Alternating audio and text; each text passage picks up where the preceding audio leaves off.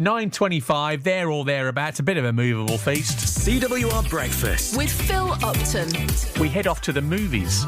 Stratford-upon-Avon movie critic Victoria Luxford here to tell us a bit about the week's best cinema releases, what to be watching at home, and a family pick maybe for something to curl, for us all to curl up to in front of for the weekend. Morning, Victoria. Good morning. Thanks for coming on this morning. And Stratford-upon-Avon at the moment, I'm guessing, you know, spring-like, is it? I mean, we were talking on only yesterday, first day of spring, about the areas of Coventry and Warwickshire that, you know, look most spring-like, and I immediately, you know, come to mind Bancroft Gardens. And is there any snowdrops or daffodils sprouting yet there? Definitely. It's a beautiful place when the weather is nice, and you know the weather's getting better because there'll be an influx of tourists and the place becomes a little bit busier. Is that beginning? But yes, absolutely. It's how you know. That's how you know it's things are getting a little bit better because the town's a little bit busier. But yeah, it looks absolutely gorgeous. Good to see it. Good to hear it as well. Okay, so Victoria's here with a best cinema release. So of all the stuff that's out and opening box offices this weekend, what have you picked for us? My best of cinema this week is Creed 3 in cinemas Friday. It's the third movie in the Rocky spin-off series that sees Adonis Creed take on a new opponent from his past. Something is going on with you. Damien was like family. Now we past talking. Then maybe you just have to find him. It's probably just worth kind of recapping where Creed comes from, doesn't it, really? Because if you remember the Rocky movies, you remember the character Apollo Creed, and that's the spin-off, is it, there? Yes, Michael B. Jordan, who directs and stars in this, plays Adonis Creed, who is the estranged son of the late Apollo Creed, and in the first two films he's trained by Rocky, and in this third film he's going it alone, and I thought this was really good. As I say, it's the first one in the series without Rocky, without Sylvester Stallone, although he is producing, and I think Michael B. Jordan really carries the movie well as Jonathan Majors, who plays his opponent. You might remember him from a couple of weeks ago. He's the villain in Ant-Man. He's the villain here as well, and he's absolutely terrific. And there's a focus on mental health here, which is a bit different from the normal formula, and it means we get a sense of really getting to know the characters, and that makes it a little bit more than sort of montages and catchphrases. The Rocky formula is something that's been done to death over the years, I suppose, both by the series itself. This is the 9th one if you take in the Rocky films. So I think anything that makes the formula feel fresh is definitely worth watching. Yeah, I mean, I did think when I saw you were reviewing this, I thought, oh, blimey, you know what, really? Another Creed movie and another movie full of, you know, pumped up boxers going, yeah, and, you know, testosterone and everything. But as you say there, if they've done a different twist on it and looking at it from, you know, that aspect of the mental health side, then definitely worth a look. And this is out now, is it, Victoria? It's out Friday. Friday, right. So from tomorrow in cinemas across Coventry and Warwickshire, Creed 3, the latest in that series. So that's a cinema recommendation from Victoria. Next up, something for us all to watch at home. My best of home is Nomadland on Disney Plus now. It's the Best Picture Oscar winner from 2021.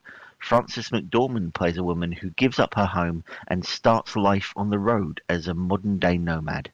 What the nomads are doing is not that different than what the pioneers did. Hey, Fern! You gotta make the hole bigger. Say the rest. I think Fern's part of an American tradition. Oh, he's gonna come right through the glass. My dad used to say, what's remembered lives. I maybe spent too much of my life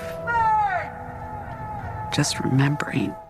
I love her, Frances McDormand, brilliant actress, and trying to almost reset the view that many would look at the nomad community. I suppose previously maybe they've been scorned, people have looked down the nose at them a little bit, and she's done something to try and address that in this. Absolutely, and the film does feature some real life nomads, sort of first time actors, but people who have experience of that life on the road. And I think this is a superb film. Yes, as you say, it's sort of readdressing the image of that life, and I suppose representing people who sort of fall through the cracks. This is portrayed as being sort of in the aftermath of the sort of 2008 2009 recession, and the people who'd lost their jobs, who'd been displaced, and which sounds sort of I suppose a little bit downbeat, and I guess it is, but I think it's more a story about hope. It's about starting again. It's about finding out who you really are through this character, played so beautifully by Frances McDormand. Can't believe it's nearly a couple of years old. It sort of hit during the when cinemas were opening and closing again during the pandemic, but I think a really uplifting film and a really tremendous performance from Frances McDormand, who rightly won an Oscar for her portrayal. If you haven't caught it, catch it now. Nomadland. Where's this on? Available, Victoria? It's on Disney Plus now. Good stuff. Okay, which brings us to a movie we can all curl up together and watch as a family. What have you gone for here? My family classic this week is Bugsy Malone on ITVX now. It's the classic musical from 1976, which uses an all-child cast to spoof 1930s gangster movies. Roxy had spent his whole life making 2 and 2 into 5, but he could smell trouble like other people could smell gas. But believe you's me, he should have never taken that blind alley by the side of Perito's Bakery. Your name Robinson? Roxy Robinson. You work with Fat Sam? Whatever game it was everybody was playing, sure as eggs is eggs, Roxy the Weasel had been scrambled. Oh, brilliant. I love it. Sure as eggs is eggs. And all the baddies had names like Fat Sam as well, didn't they? Great choice. Why did you go for this? It's just so much fun. It's very light-hearted and with some very catchy numbers in there.